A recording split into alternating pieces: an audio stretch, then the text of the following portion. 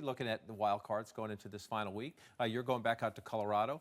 That's a state where I think that, to me, is sort of a metaphor state that if the Democrats lose that one, it tells me they're going to lose because you do have an Obama coalition. You have a good organization.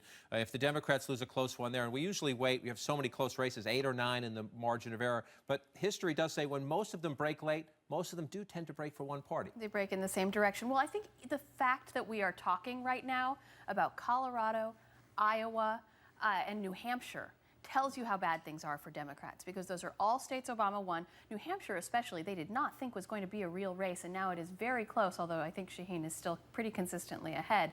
And so the Democrats are on the defensive in these blue states. Democrats hoped that right now we'd still be talking about how close things were in Arkansas and Alaska and Louisiana, and those are states where they look like pretty strong underdogs. So, you know, some of the late wild cards I think haven't panned out. I'm not as convinced that there's a real race in South Dakota as we thought a week or two ago. That seems to have fizzled. Kansas is still very, very tight, and that remains a big wild card.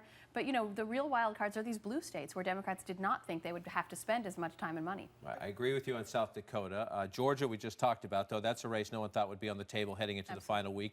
And Mano, you've done some reporting on this, and then, Robert, I want to bring you in. And I picked up in the middle of the week some jitters out of Kentucky.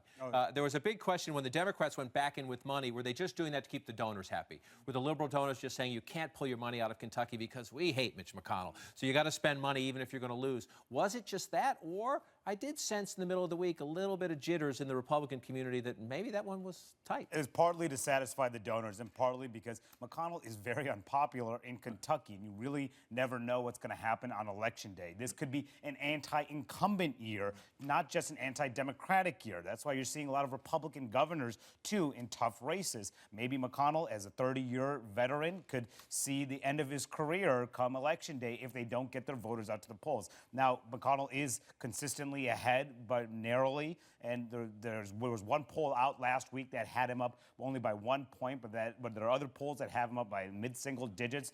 Republicans believe they can win in a conservative state in a Republican year, but you never know given this electorate and given the fact that you have a long-term incumbent on the ballot. Just natural jitters from the Republicans because the stakes are so high, or legitimate jitters that they may lose a couple of their red states and therefore lose their chances? I think it's legitimate jitters. I think Kentucky is a key example. All year we've heard about this McConnell machine, the vaunted McConnell machine. It's going to turn out Republican votes. But McConnell's negative numbers in Kentucky have been so hard and so high for so long that it's been very hard for him to really get beyond his negative profile in the state. And I think Kansas is another upset opportunity. Pat Roberts, we keep hearing he's revamped his campaign. He's a stronger candidate, but he's still Pat Roberts. He doesn't have much of an organization, and he hasn't had much popularity in the state over the past year. Maybe the Ormond people could take that. Robert Costa just wrote a great ad. Pat Roberts, he's still Pat Roberts, right?